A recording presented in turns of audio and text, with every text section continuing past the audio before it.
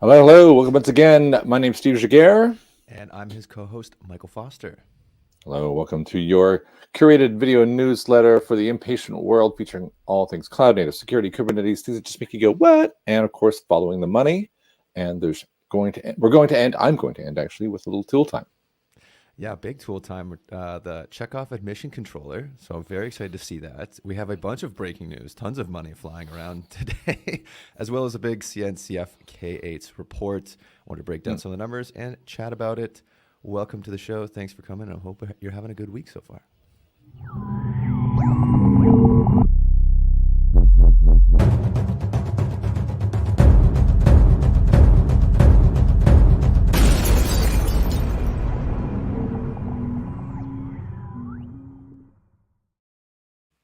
Yeah, some crazy stuff in the K8s and security world. Looking forward to breaking it down. We actually forgot to add one thing, the WTF from last week. I'll bring it up real quick. And you know what? If you like the show, like and subscribe, share with your friends. I know, and it was even in our card. Yeah. I put it on the title card that we were going to talk about it, and it's the one we forgot. We will get there. But yes, we have a bunch of stuff. What's going on in your neck of the woods, Steve?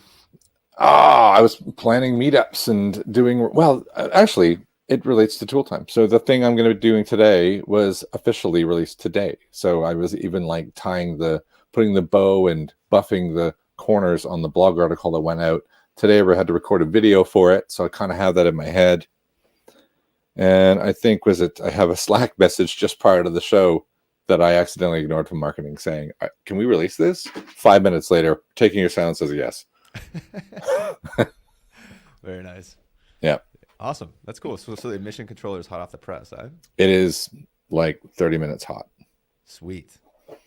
Breaking news. We need a bunch of breaking news segments for this show. I know. Wow. But how about yourself? Anyway, you look very baseball. You're wearing a baseball jacket. You got a baseball hat on. Is this a baseball? I feel like this is like those tech puffy jackets that everybody has. And it just looks like it's wearing. It looks like one of those varsity jackets because of the contrast coloring. That's all.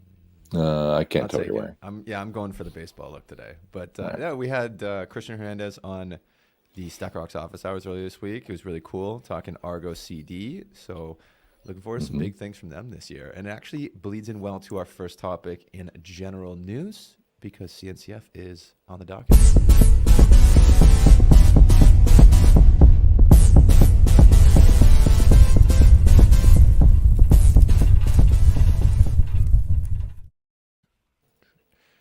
So for those who aren't aware, the CNCF does an annual report on the state of Kubernetes, state of cloud and Kubernetes. Maybe they change a little marketing on that.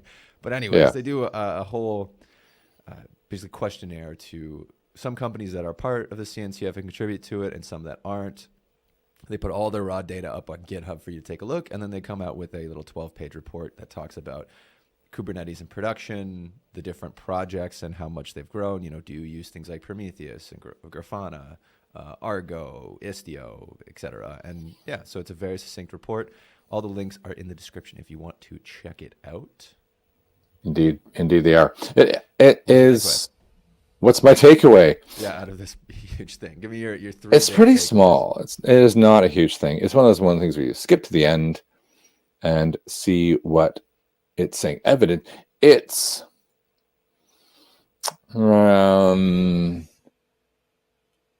it feels intentionally overly positive.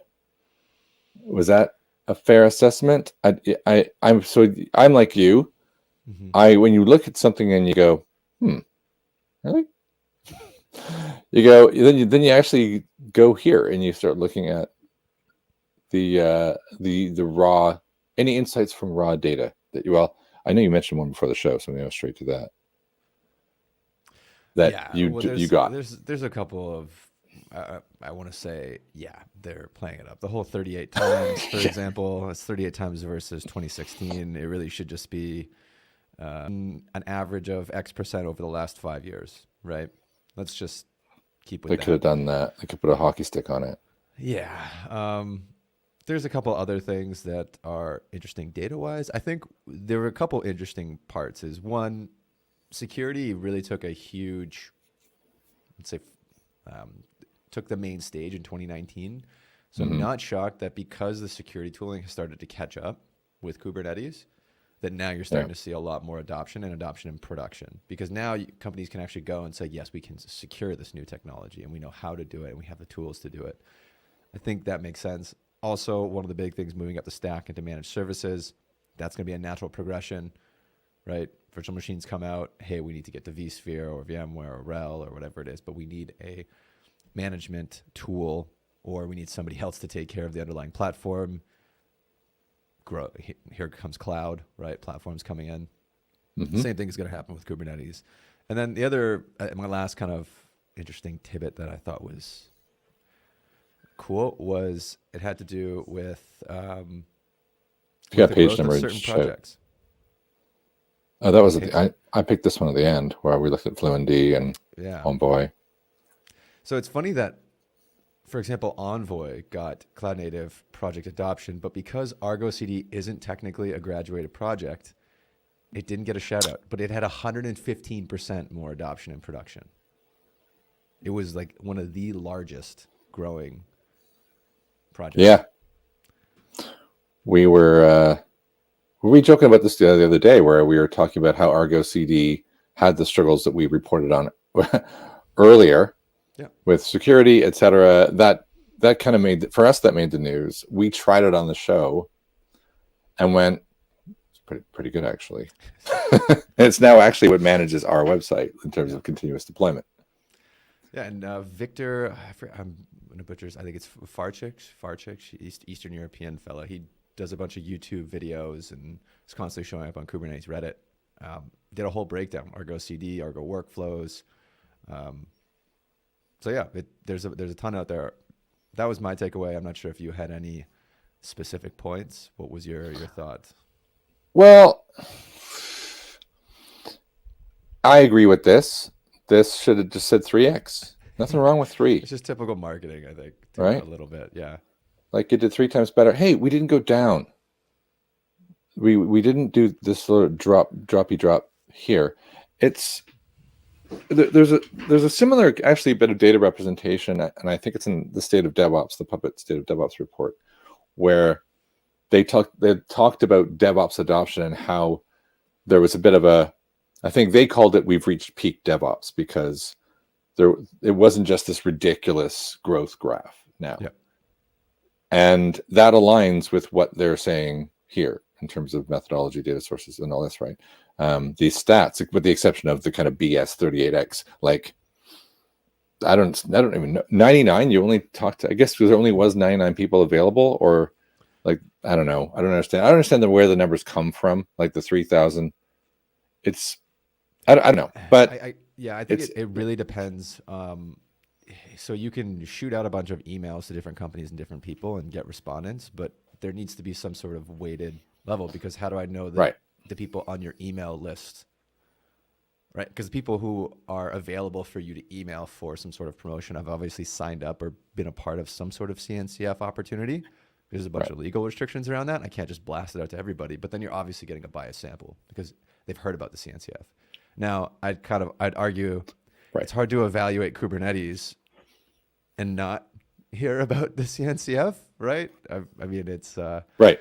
so maybe it's not necessarily that big of a deal. But if you scroll down and you get to the adoption chasm, it's really interesting that you can see the weighted scale difference. So, for example, Africa, 73% of Kubernetes in production versus something like North America, which is 55. And you kind of have to think, okay, well, there's definitely a bias sample here because if you're going to Africa, people who are at that level technology-wise who have heard of the CNCF are probably using Kubernetes in production. And you had 250 response from Africa and 500 from North America. Which doesn't. It's just like the weighting. Typically what Yeah. you do is like if you're doing a survey in Canada, for example, and you go across the provinces and you get X amount of respondents, you're going to have a weighted scale because BC might have double the response of Ontario, even though it has half the population, right? So you got to weight it. Right. And that's just what's missing, I think. But overall, I think the general trends, especially with the use of certain things in production, tell you a lot more about the choices that these companies are making, less about, overall trends. So I'm going to comment on the on this as well. Like, if you want your numbers to look good, like if you want to boost them, and you did tap into, using their words, emerging technology hubs, like greenfield, complete, where there's no legacy to deal with, and in fact the cloud gives you technology simply by the internet, right? Technology you wouldn't even have had possible to create technology startups. Well, you're going to get awesome stats doing that rather than going to America, where actually, like, if you look at, what was that number? What was the total number from each nation other than the percentage? Is it back here? Like 11% Africa and 23% America. Am I reading that right? Like, that seems, from a demographic perspective, that seems crazy, considering I would consider certain hubs like North America. You could probably say, you could say Europe. You'd say, geez, like, just, And I mean, we should have much larger representation in this data. There's that aspect. There's also the difference between like Africa and South America that I find incredible, right? Because if you're talking about population, like Africa is a very large population, and they do, there's a bunch of new cloud technologies that we've reported on actually. But then you go to South America and it's 3%, and I'm kind of, it's very curious. But I agree with your point of, let's say Amazon wants to go and expand into Africa, and you don't have these large tech debt companies. They're going to maybe evaluate the field and say, do we want to go virtual machines or do we want to go containers? And honestly, you're probably going to, you're going to go with like maybe a little bit of both for certain things, right? To start. Yeah. But yeah, you're going to use containers. You're going to use Kubernetes. Most likely it's going to be the fastest thing to get you off the ground. Yeah. Company, right? Sure. And if you have the number of people from North America you ask, presto, you've got good numbers. I guess that's what I'm calling into question. It's like this 38, which is already amplified, 3 would have been great. And now I'm like, all right, so now I want to see, who did you talk to last year?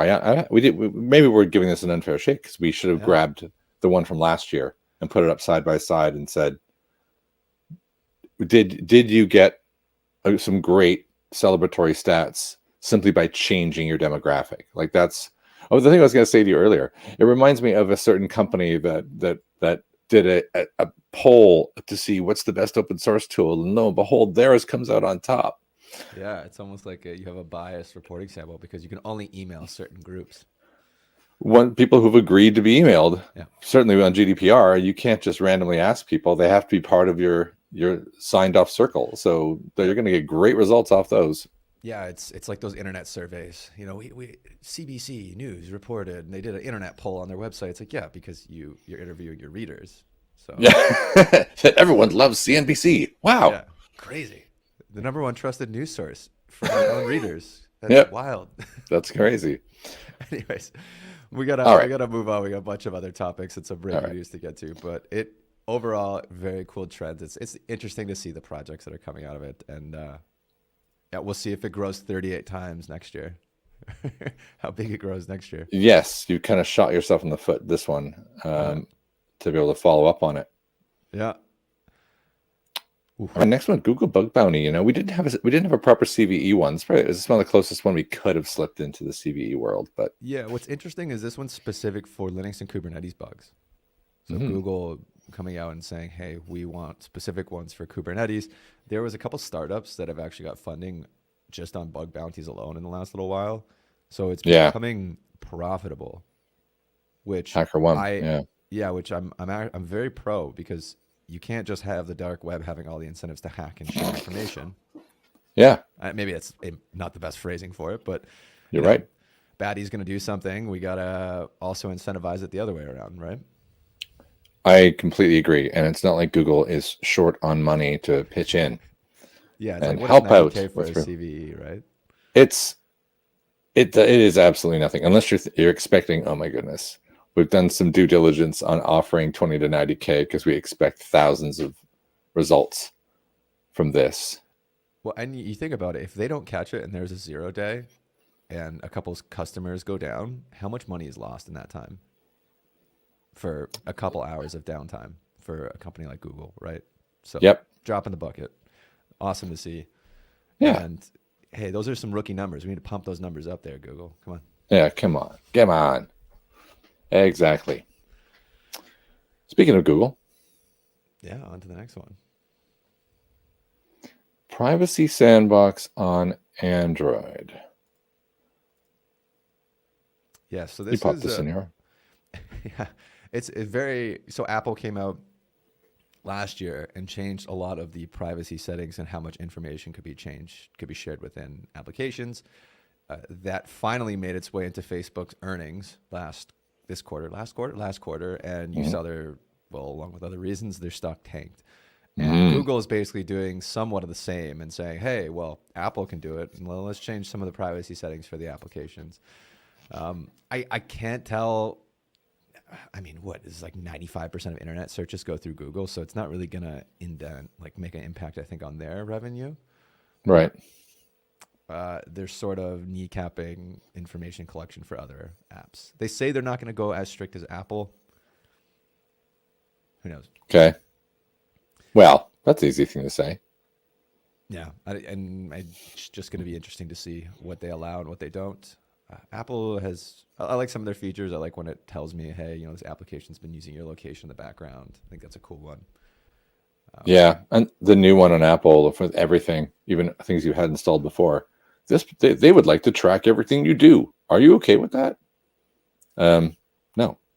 Oh, okay. Were they all doing that before? That's my reaction. But anyway, Google already does have a really good when they have a single sign-on and use Google OAuth for apps, and it's like it gets your name, birthday, but nothing else. Oh, and like, hey, by the way, here are all the applications that have access to this information, and you can go and remove them at any time. I like that is cool. It's a good feature. Yep, that is a good feature. So stay tuned for that, and I'm sure you'll see some earnings reports coming in the next year after the advertising revenue dries up a little bit. That's excellent. It's going to happen. It's going to happen. Yeah. Boom. This is our last general news. Yeah. On that trousseau. What I like looking at what's the oldest commit I can find sometimes, just to see how long was this in the oven before it came out. It was announced this week, I think. I see 5 months. So yeah, cooking it for 5 months. Rom here is the main contributor, but so Trousseau is an in Kubernetes KMS framework for connecting to. They use HashiCorp Vault, but it says it does more than that for secrets management within Kubernetes. And what's funny is for some reason I feel like Vault already came with something that did this, but I saw a demo last night from Nick Ramonde, who was on the show once. Maybe we'll get him back to do a faster demo than he did yesterday. It was like an hour and a half. Get it down to 15 minutes. But the idea of providing encrypted secrets on the fly. And I thought, okay. He was making a few good points of things I didn't know about when secrets are encrypted and when they are not. certain storage solutions that do encryption, certain ones that don't.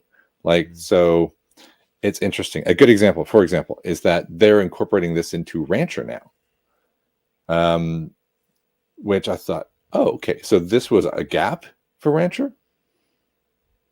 Apparently, and I could be getting this wrong. Correct me if you're watching Rancher. Like Longhorn didn't do encryption or something like that. So I was like, oh, okay. So they're tying this into their platform, which does encrypted storage of data, et cetera, et cetera. So they're doing encrypted secrets alongside of that. This is their purpose of their open source project. Other than, of course, the fact that it's cool to have an open source project, and I don't think they had one before. No, this is awesome. Yeah, encrypted secrets too, because it'll crack down on the anti-pattern a little bit. I know a lot of people, don't store your stuff in config maps and all that stuff. Secrets is the way to go. But then people had an issue with etcd, right? For a while, like it didn't have encryption. It just had encoding, like base64. So there's a big gap there.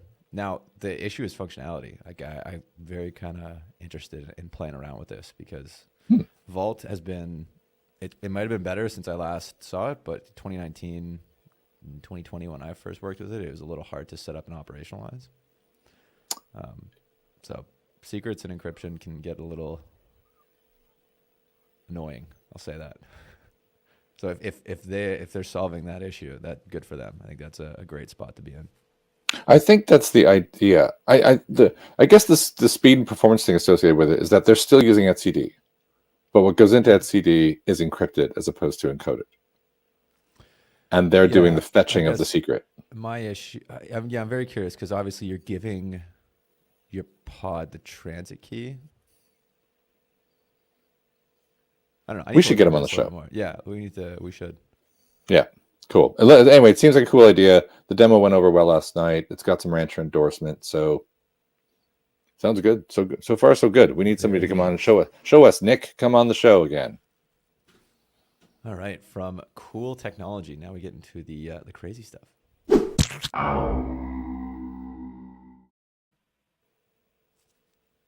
went quick. Yeah, WTF? You're supposed to have. All right, number one. We have some SEO WTFs for you. So it's not really a WTF more than it is that Steve and I were both doing research and we came up with 2 top 7s. And so we're like, what? Did Jarvis write 7? These? Yeah, it's 7. Everyone feels really lucky when 7's in the title. So everyone's like, oh, I love 7. I'm going to read this article. Yeah, no top 10s. Wonder if it'll sell me something. But yes, first line. We just launched ValidCube. And here's some other tools that you might want. But ValidCube, go get it. Yeah, and it's pretty funny because KubeCost, Prometheus, FluentBit, Argo CD, Open Functions as a Service, Calico, Kubeflow. Like, these are all just like they just said, hey, what are like the most popular open source in each kind of section? So like one for machine learning, one for networking, one for serverless, one for CI/CD, and then they're like, all right, like let's write a paragraph. It almost feels like Jarvis just like here's a paragraph on each one. Yeah, and then you start off by making yours the 8th. Yeah, because it's not really, no one really knows it yet, so it's not in the top 7. So it's not even 8th. Yeah, it's being a little cynical on these guys. Being totally cynical because what's funny is, so I didn't really know ValidCube, and it was funny when you put this in, and I saw ValidCube, and I saw one of the kind of SEO-ish articles come out of somewhere that I might be employed by. And ValidCube was in a suggested popular open source project for Kubernetes. And I was like, what? There's so many more you could have chosen. Where'd you even get this one from? And I just think they went on the internet and started searching for tools because they are and this one, they're pounding the internet with this new tool. So they just went, oh, let's add that one in, without thinking like, you're just creating SEO, responding to SEO. But anywho. Yeah. Still with me, sir? Yeah, sorry, I was just reading through the next 7 because that was my top SEO 7, and now I wanted to see your 7. So I was. Okay. I don't know. All right. Let's. I think I just kicked myself out of the. I did. Oh, you did. Yeah. But all right. So the top 7 from Mattermost tools. These are security. I thought security tools, right, for securing your Kubernetes cluster. This is from Mattermost, which is a competitor to Slack. People like it because it's just way cheaper, but it does the same thing. So scanning of Docker images is where we started. In case you didn't know, you can just scan Docker images with Docker Scan. I think it's Sneak in the background, right? Well, more on Sneak later. But they big up Trivy. I'm always amazed at how the sheer pace of development of weird and wonderful perks that get added into Trivy. It's almost like there's no point. We'll never do a demo. Sorry, Trivy, we'll never do a demo again, because we could do a demo every week probably of cool things you've added in. But so anyway, Trivy's cool. We know that one. I did find it weird that they went Claire in there. Yeah, they went vulnerability detection and then static analysis with Claire. What the hell? It's the same thing. Yeah. They're the same. They do the same thing. Even the output looks the same. They do very, very, very similar things. Very. Three varies. Very, very, but very. Obviously, they're very different because this is detection. This is analysis. Yeah. Okay. Still both very popular. I mean, they're basically competitors almost.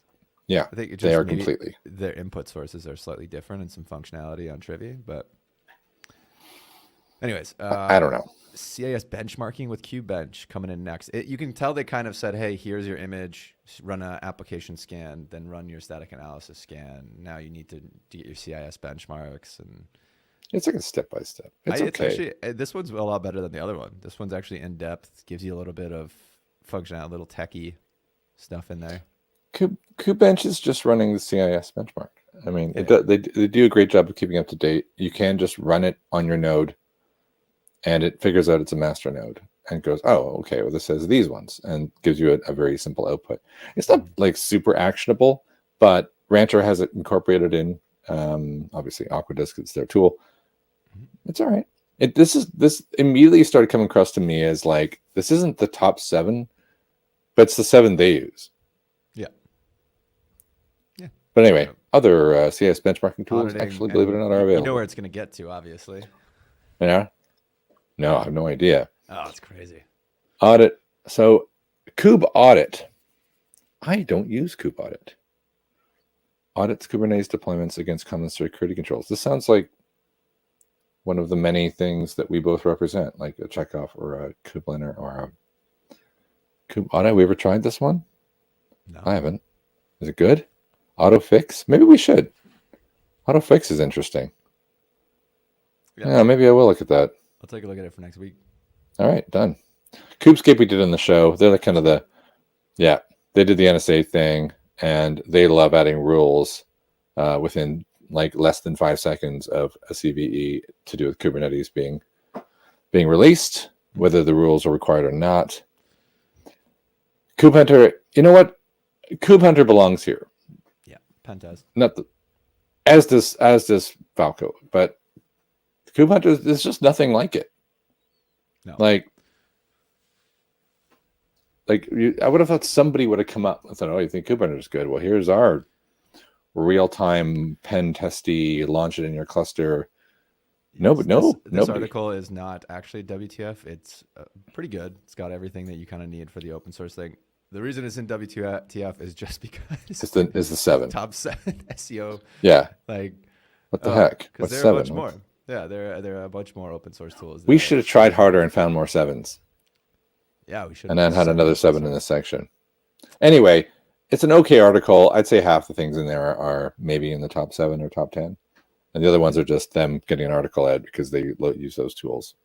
But what they didn't do is just plug their own tool right in the middle of it. So, hats off to that. Very nice. You got the next one. We got an attack as code. Supply chain attack as code. So yes, let me bring it back up. So I had to really read this, but it was quite cool in that it was trying to give you examples on how to. I have to reboot my brain because I read this so long ago. It was talking about ways you can do terraform init and apply where it runs the malicious code before you even in the creation of the plant using Terraform. Yep. So you've not even deployed anything or done anything, And there it is there, because they created this data piece, and because you got generating a random password in there, then it's kind of an insider threat thing. And I'll make it bigger just so you can see. Mm-hmm. Because it needs to resolve the data, plans are dangerous, let's just say, because for all of your sneaky encryption and all of your wonderful stuff you do in Terraform so that nothing is in code that is dangerous, right? And, Checkov, we have all this stuff that checks all that. But your plan is like your pants down.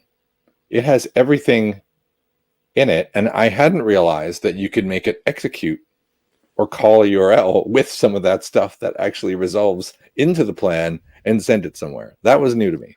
That was always one of the largest things with Terraform was managing state files, right? Because even though you're planning and you have a state, if anybody gets access to that state file, that's your entire environment as code, right? Secrets and all. Everything. Yeah.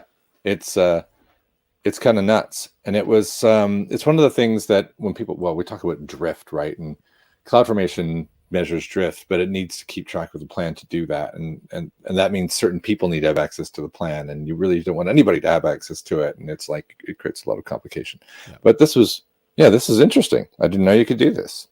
I don't know if there's a way to check it and prevent it, but there probably is. But I thought it was very cool. Mm-hmm. Nice. You never saw this world. I'm not teaching you how to do terrible things. Yeah. All right. That is the end of that one, I think. Yeah, I guess yes. We got a ton of money and some breaking news. I know. All right. Let's go.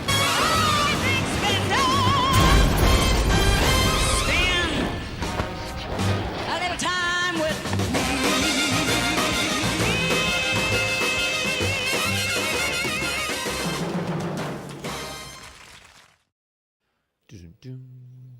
Great one. When did we do the breaking? Want to do that at the end? Yeah, we'll do the first two that we had because it's the big one. We have another unicorn. Yet another unicorn. A whole field of unicorns. 140 million Series D for Salt Security. Salt Security is API security, if you don't know. That's a hell of a title, huh? How Salt is having the best journey? How Salt is having the best journey? I don't know. Wiz is having a pretty good journey. Yeah. Orca's not doing too bad. A lot of companies. Sneak's having a good journey. Sneak's doing just fine. But Salt is having the best one. They must be having the best one. Yeah. But yeah, I mean, we are looking at Salt's website. So yeah, 500% growth in revenue, 300% growth in customer base, 250% growth in employee count. Yeah, that's some pretty good growth numbers. Yep. Yeah, there's a lot of the API market was pretty hot about a year ago, and it kind of feels like they're the number one player in that space. So yeah, good journey. Good company. They have all the numbers. They have Sequoia, Capital VC, Advent. So if you're not keen on these companies, those are good ones. Yep. That's a good list of people with money to have your back. Yeah. So congrats, Series D 1.4. That is crazy. Yeah, that's pretty good. Awesome. Alrighty, I got this one up now. Yeah, from a unicorn to Series A, right? Initial investment. This is super early. So Permit.io, startup in seed, 6 million seed. Wow. That's pretty good, right? Nice. That's good. And angel investors from Aqua. My ex, Aqua Security, Amir, Sneak, Launch Darkly. Like, look at that, right? Those are good buddies to have and help you get your seed funding. I want to see if they mentioned Opal. There we go. So I don't know if we put this in the show yet. Opal is like an authorization authentication platform that uses OPA, but it's open source, and it's kind of, well, it actually says it here, managing authorization. Think of it a little bit like Styra, probably a competitor to Styra, actually, even though they're using Styra's technology for authorization. So it's kind of cool, actually. And I have an interview set up with one of these, with one of the founders soon through work. So at some point on the show, I'll be plugging when that's going to happen. But super nice guy. Was originally the founder of Rook, Yeah, Let's see if they mentioned that. Outlands. Yeah. Alien Series A. So they're Yes, connected to that as well. So they're successful people. There you go. Oh, there it is. Or Vice. There we go. I have an interview with Or coming up soon. So I will plug that when that's sorted. Yeah. Very cool. Yeah, very cool company. Check out permit.io. They changed the name recently. There are a few name changes. It's a good name, actually. How do you get that URL? I don't know. That's a little too good. Nice. All right, we have the last one. Not really a big spender acquisition. And then breaking news. Because we have Akamai. That's how you say it? Yeah. Akamai acquires Linode to provide businesses with a developer-friendly and massively distributed platform to build, run, and secure applications. So what category does this fall into? Like company that you would never have associated with? They're trying to build a cloud, it looks like. Yeah, exactly.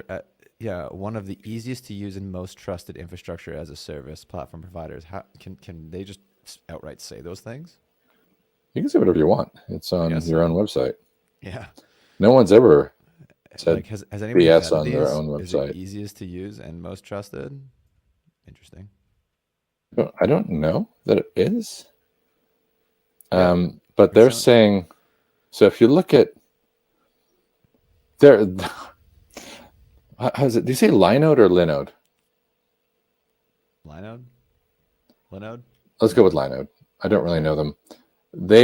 One of their taglines, and I was just going to look for it off screen, but they said an alternative to AWS. And I was like, I think they seem super ambitious. Yeah. Well, they're trying to everybody's trying to get a piece of the AWS money right now. So Right. Well, that's fair, right? You get 0.00001% of the market and you're doing awesome. Yeah. But I guess so. I mean, maybe they align with like DigitalOcean or something or other cloud service providers that are reasonably priced. Mm-hmm. Okay. Yeah. Good. Well, good on you. Geekmaster says it's very easy to use. Oh, really? Yeah. So we have. Geekmaster's watching. At least we have one vetted person agreeing with that statement. So okay, they can put it on their website. I'm allowing it. It's good. Oh, okay. We got a yeah. It's like DigitalOcean. Nice. All right. Cool. Okay, I've never used it. I mean, I used DigitalOcean a lot, and then we started using Civo, because it was super easy for Kubernetes. Yeah. Until it's crashed during a demo, and then never again. Bad timing. Gotta have some environments. My fault. Shaking my head. All right. All right. We're gonna break it out. Yeah, we have two of them.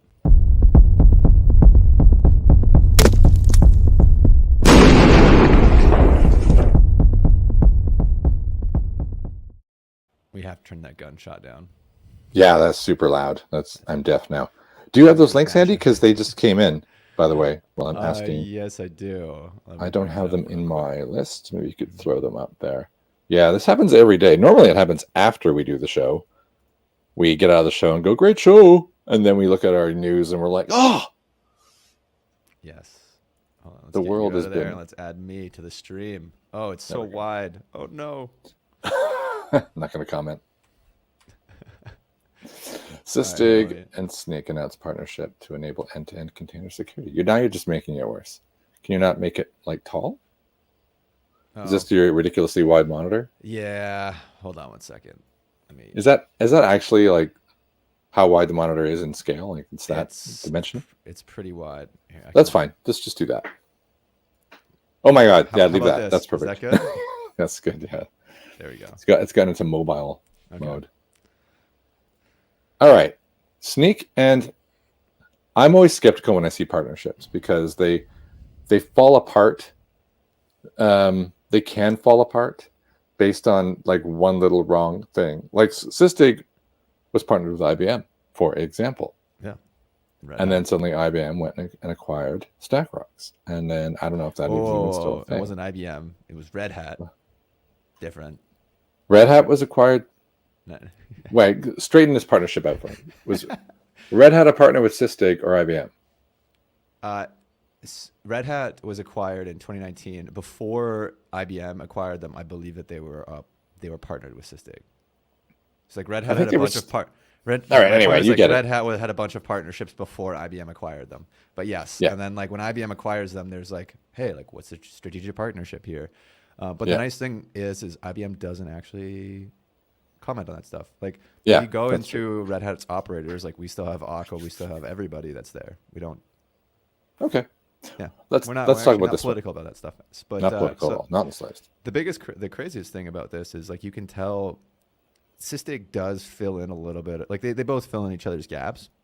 Mhm. And I'm guessing really the partnership is, hey, we have like a special SKU for people who want to use both tools. Really, that's pretty much it, right? I would assume too that they're going to throw some engineering on either side to take Sysdig's observability and rules capability at runtime with Falco and somehow integrate that into Snyk's more developer-centric. So here's what's crazy is like, what if they do that and then Snyk just takes Falco and runs with it? Because it's open source. Yeah, So it's like, here, like, let's work on the integration together. Like, oops, okay, now Falco's upstream for Snyk. could happen. Could happen. I don't think What's that? Snyk are mean like that, though. I don't Yeah. get that impression. Well, it's not They're like not AWS. it's not like it's a mean thing, but it's like it's open source, so it's like they Yeah. could still contribute back and like help Falco and help that whole project. Mhm. It's just Mhm. like you look at Snyk being developer focused, it's missing the compliance aspect, it's missing the container runtime, it's missing the configuration as code, right? It's missing. It's missing. There's yeah. The Venn diagram works for this partnership. But it's like it's probably one of those things where Snyk wishes they could buy Sysdig, but can't afford Sysdig, so they're kind of halfway housing it a little bit with a partnership. I think that brings us to our next breaking news, though. Yes, it does. Let's just cut right over for this one. Ding dong. That's today, February 17th. Yes. Snyk, the leader. It's always the leader, not a leader. In developer security, announced the acquisition of Fugue, a cloud native and compliance company, to help protect their cloud environments. So this is another moment where I don't know Fugue. I don't know who they are. Frederick, Maryland, hotbed of technology startups, I guess, that I'm aware of. Like founded in fundamental. Okay, well, do you know them? Like their CSPM tool? No, they're not a CSPM tool. I think they're a startup that has basically pulled together probably some open source compliance tools. That's my takeaway. And I think what they're trying to get into, and you can, in the near term, a new Snyk solution will unite and then extend Snyk's infrastructure as code capabilities. So what they're trying to do is, because they're so developer and code focused in the container, they're trying to have like a little bit of, let's say, that shift left story to say, hey, you have a developer, your container is secure, but it's not compliant because there's a bunch of configuration missteps. But they're not trying to overhaul it to be like Kubernetes or so-and-so specific. It's just, hey, let's nip those compliance aspects in the bud as quickly as possible. That, I think, is the story. Eventually, I would not be surprised if Snyk wants to expand into the whole CSPM platform. Got it. Fugue. I just went. Fugue's not a million miles off Bridge Crew. Policy engine, integrated fixes. Yeah. Not a million miles away. And I think that was an area that Snyk did not quite have. Yeah, it follows 600 million in Series F investment. So I know. Congratulations, Fugue. I think they probably did okay from that. And Josh Stella, he is the founder? I think he is. But yeah, so cloud security compliance. It sounds a little bit like, so CloudSploit was a CSPM tool that was pretty fledgling when it joined Aqua. Had a lot of quite good, easily expandable rules, partly open source. I'd be interested to dig into Fugue to see if there's any open source component to what they do. If they're OPA based, I think it'd be interesting. So maybe you kind of have to, right? Like all the major tools in Kubernetes and containers are open source now. So it'd be very weird if you develop something from scratch. it would be weird. We'll check it out. It'd be inefficient. Let me say that. Yeah, that's probably a good sound statement. Yeah. Anyway, so breaking news, like Snyk, the partnership, like cool. I feel like that was somebody back-to-back somewhere. Snyk news, right? Sneaky news. Touche. Sneaky. You know what All right, Snyk Dad, stands go for? home. Do you know what Sneak stands for? No. What is it? So now you know. SNYK. So now you know. So Oh yeah. So Yeah. Is that now true? you know. That's what it stands for. That's why it's called Sneak. You're BSing me. No way. Or somebody BS'd me. That's what I was told. I'm gonna come up with a different acronym and then say it on the show next week, and Okay. it'll be a little more egregious. If you're watching now or in the future, give us your acronyms for Sneak and what you think is. Leave it in the comments. Geek Mashers. Hey, Geek Mash, don't get kicked off YouTube or anything like that.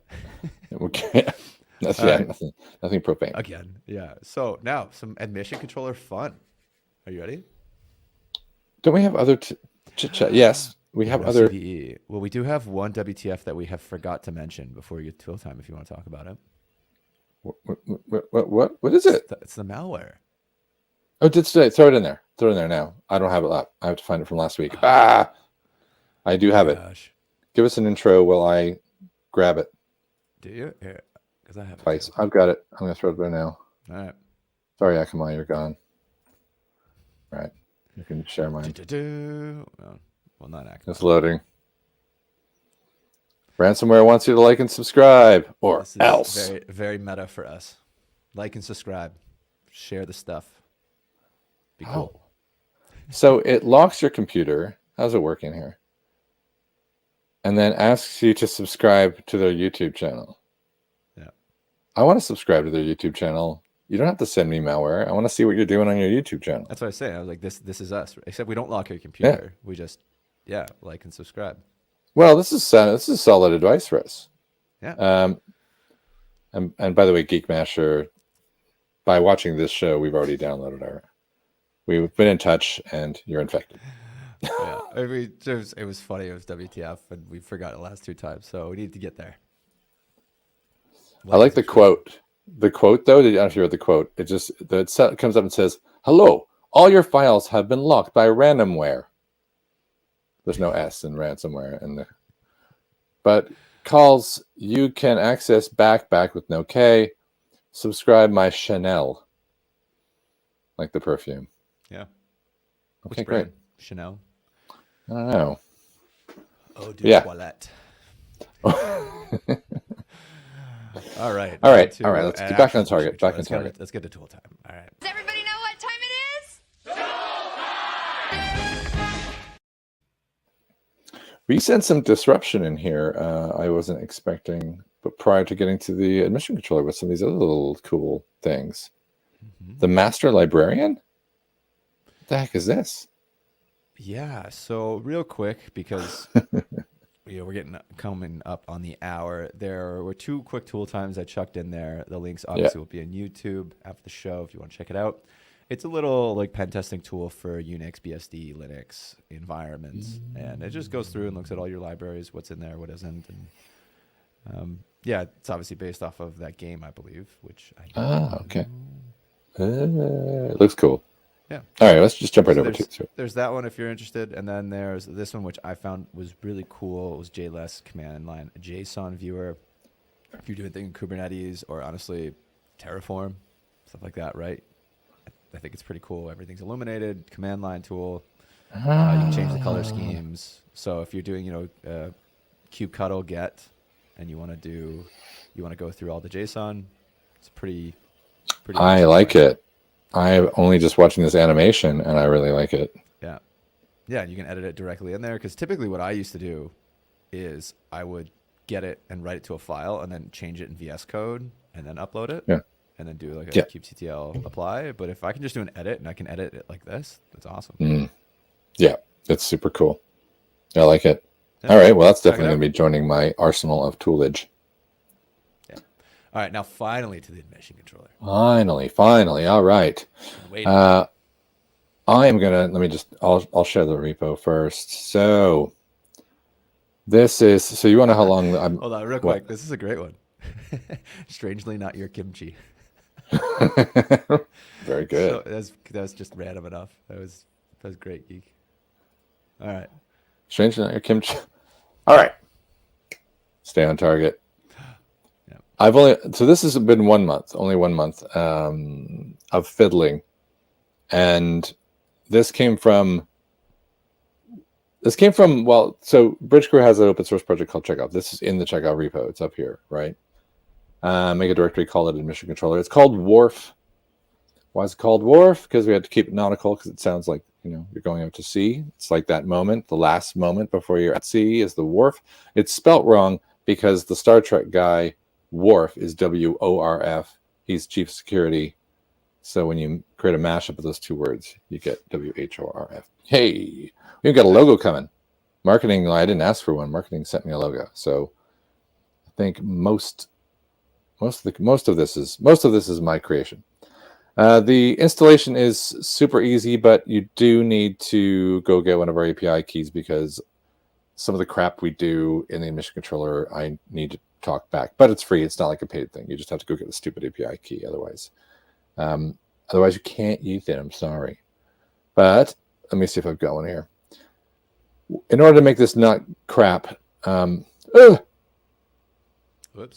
VPN. Yeah, that was back home. Take me home. Right. So Bridge Crew is one of those. Bridge Crew's like CloudSplate. You ever use Bridge Crew? No. Oh, okay. Well, it's pretty easy. You can sign up for free. And you can do code reviews and view code reviews. Like this stuff is all free.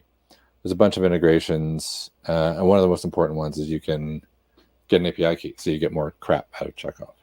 One of the such things is the admission controller. So these are all the CI/CD integrations. That's the new one there.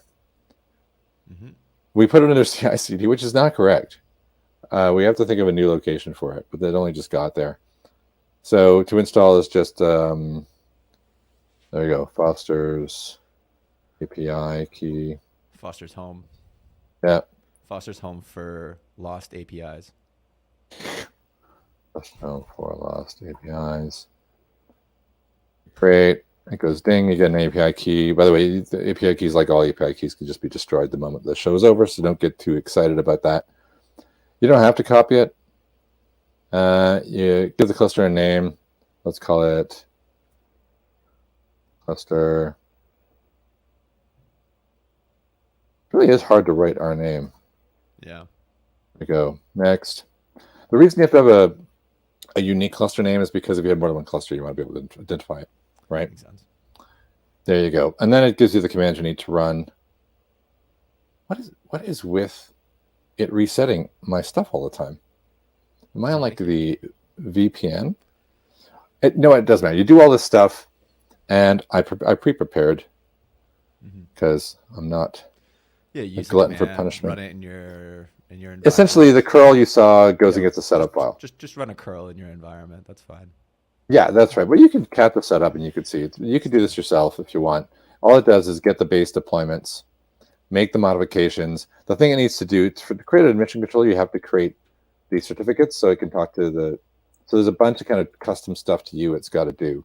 But in the end, it jams all this stuff down here, and it creates secrets for you so you can use all that kind of stuff. And the configuration really is just that bit there. This is a Checkov config file. It's not super exciting. It's a config map, right? Yep. So this is, you're familiar with hard Kubernetes. fails. These are all the ones that you can fail on. So we have hard fail, soft fail. If you say hard fail, by default, everything that isn't a hard fail becomes a soft fail. So all I did was go through and read them all and go, these are all the really bad ones, because there's no way we want like the full spectrum in the admission controller. Yeah. This is just my judgment. This is all open source. So if you think, you know what, you're missing this, or this one's too tight, make a PR and change the default. Yeah. This is my definition of sensible defaults. Could also do a loose or like a low, medium, high templated config map, right? You could do things. Yeah, you could do things like that. You could do like only. We added some features recently which enable better filtering, so that you could then incorporate it into the admission controller. But I haven't incorporated those in yet. Right now, I'm just being super explicit. Okay. So that's how you configure it. Pretty simple. To stick it where you want it to be, make sure your kube config is in in view. Ranche desktop, nothing installed. Then you run the setup. You're supposed to run it with the, well, you can do it if you want, the API key. And, actually, I've run this recently. Let's see if that's it. Tab. How recently did I do my demo today, though, when I recorded this? It all depends. This thing misbehaving, driving me freaking crazy. You know what I'll do? I'll do this. This is easier. Do the shortcut route and create an API key here.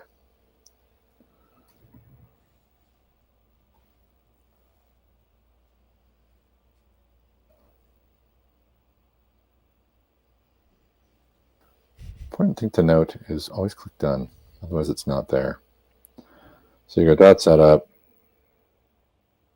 H, cluster stuff, and that. Goes and gets new templates, stores it, generates the, let's say Ontario. I don't really care what it is. Ontario, Great Britain. Yeah, very nice. Yeah, exactly. Toronto. Dev. See. Junk. Giggity. And it whacks all the stuff in there and waits for it to be, I've got to upgrade my seccomp, obviously. It's a little dated. Easily done. Somebody else could do it for me. Create a pull request. Fix my, and it waits for it. The default waiting for kubectl is 30 seconds, and I didn't know whether that was accurate because it was only released today. It worked a bunch of times, and then I found I was doing anything else, it doesn't work. It takes like 50 seconds to install, so I've got to change my timeout on there. So this will probably time out, but still work, if you know what I mean. Yeah. Yep. Okay, well, anyway, I do get pods. Oh, and it's running that. How much did I miss that by? 36 seconds. And I have a 30-second timeout. Come on. So admission controllers are really surprisingly simple. And what I would like to do, let me just go back here to this. It's kind of give you like the anatomy of it, because I did this in Python just because we tend to do things here in Python. But the code for it, it's not rocket science. Essentially, I'm just, when you set it up using the YAML, actually, which I can do over here, cd beverage. When you set this thing up, you tell it, okay, what are you going to be the cops for? Deployments, pods, clusters, replica sets, anything you can, and you're looking for what actions you want to create or act upon, and then the API server will then, anytime something is created, but I actually think more importantly, update it. Mm-hmm.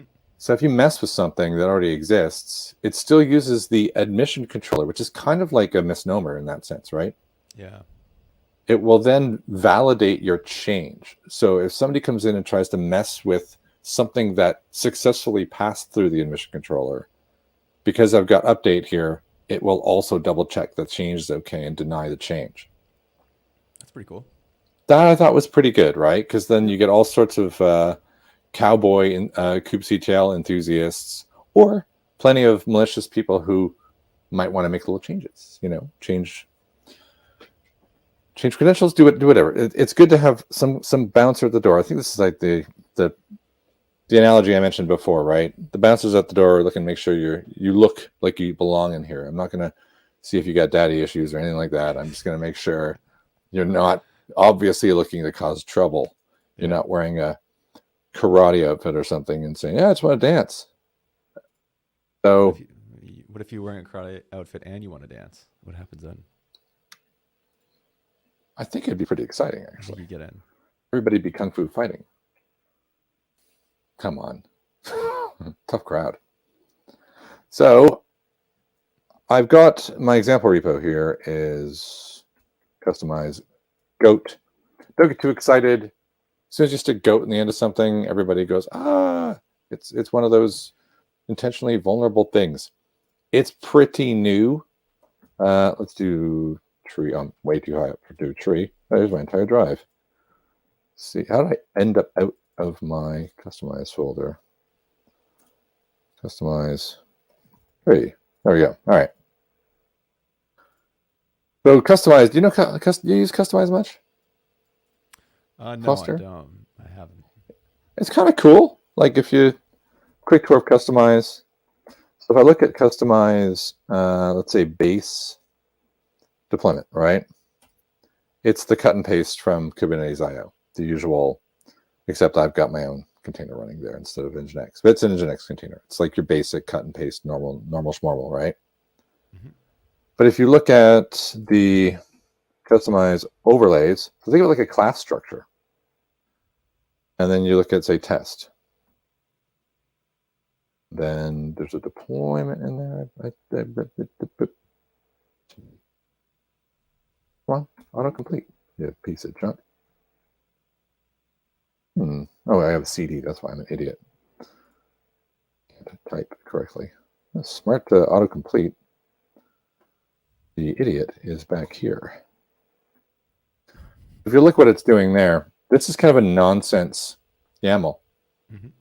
Like you can't deploy this because it's only got like just junk objects of extra. So that's essentially a good summary of what Customize is doing. You create your base that you would always have, and then you create overlay directories. I'll go back to there. That have different deployment purposes. That's just the kind of the out of the box example. So this one's going to dev. It doesn't have any of the stuff. This is test. It's got extra versions. This is prod. It's got all the security stuff. Mm-hmm. So I think that I quite like it. It's like Helm, except it's only using YAML. There's no values files, and it amalgamates like a override structure for it. So that's what we went with. So if I try and do a K apply -K because it's built in. So if you use kubectl, customize is already there. K is what tells it. When you go to this customized directory, let's do dev. Then what's in dev? There might be nothing in dev, and there is nothing in dev. But this customized YAML has an arrow, has a reference point that points back up to base and says, add whatever's here to base. If there's nothing there, it just uses base. Gotcha. Okay. So if I do that, it complains because I'm a moron or what? Because I had a bracket in there. How did I manage that one? Ran much better in my video, thank goodness, because that's been saved for posterity. So it went and grabbed the service from above, the storage all worked, all that stuff should be just fine, and then it'll try and do the deployment, and then because it's a deployment type, it gets sent to the code we just saw for Wharf, and then you do whatever you want. So if you've already got some code, or even if you've got a command line tool, you can just run the command line tool, which is not necessarily the best way to do it, and then you format the output and send it back. And so because I've got the config map there, it hard failed on only 2 of the ones on my list. So it's complaining here because containers can't be entered with a baseball bat, and it doesn't like the shoes that it's wearing, so you can't go into the club. Cool. But generally, these are like, this is good examples of like the no-brainer stupid stuff. Like, come on, just like no one's gonna. You should have this, even if you're in dev. Get used to it. You can't leverage this kind of extra oomph. It reminds me a lot of a tool that we've used before. Which one's that? Kubliner? Yeah, a little bit. Well, Checkov is the same as Kubliner. It's just better. It's just a mission controller. Yeah, instead of this is just a mission controller. Instead of a binary that just runs in your command line, right? Right. It's the same. It's just it's because the admission controller is written in Python and so is Checkov. Then it's very easy to integrate the two, and then poof, it works. The only thing that's kind of different is you have to create your own output format so that it makes sense and it's not rubbish, and then you have to make sure that your actual admission controller doesn't become the security problem itself. Rory McCoon released a really good article about creating admission controllers that are themselves not creating security issues like about a month ago. So as soon as that came out, that set me back a little bit to make sure that I was not being that guy. Yeah, avoid the mutating ones. More than and then it gives you those kind of the extra gumph that may or may not, of course, work given whatever's happening with my internet or not. come in here and my cluster stuff, all the stuff that you did. Actually, I'm going to jump. My cluster stuff is there.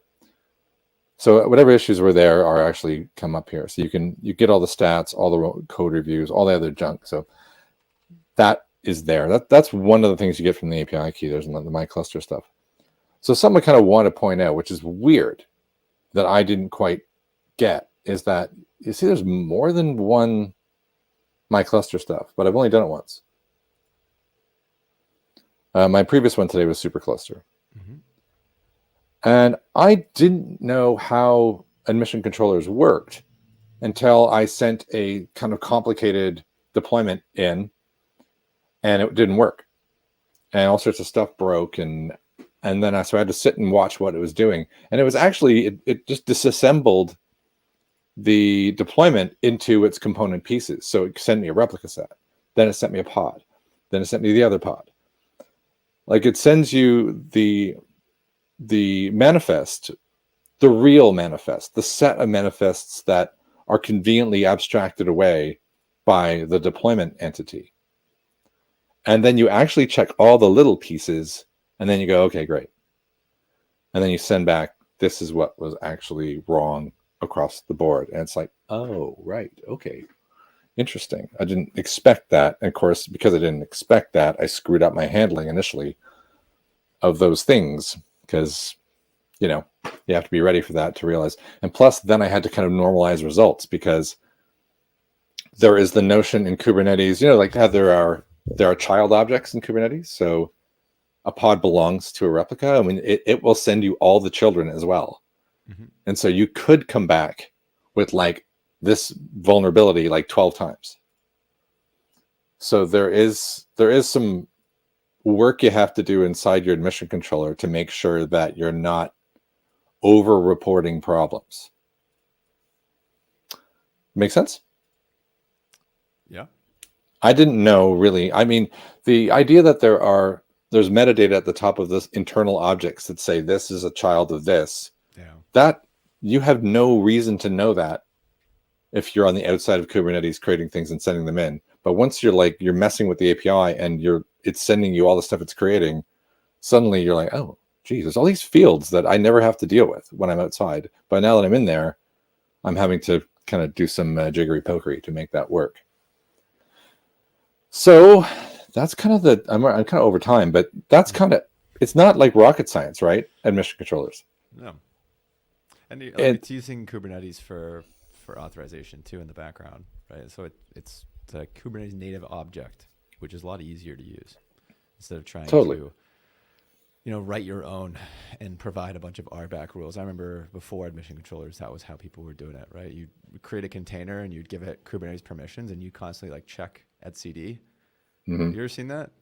I've seen a couple of those in the wild. I've not seen people DIY that. I've seen it. And I do not recommend it. You're literally giving a container, kubadmin permissions to a certain extent. Wow.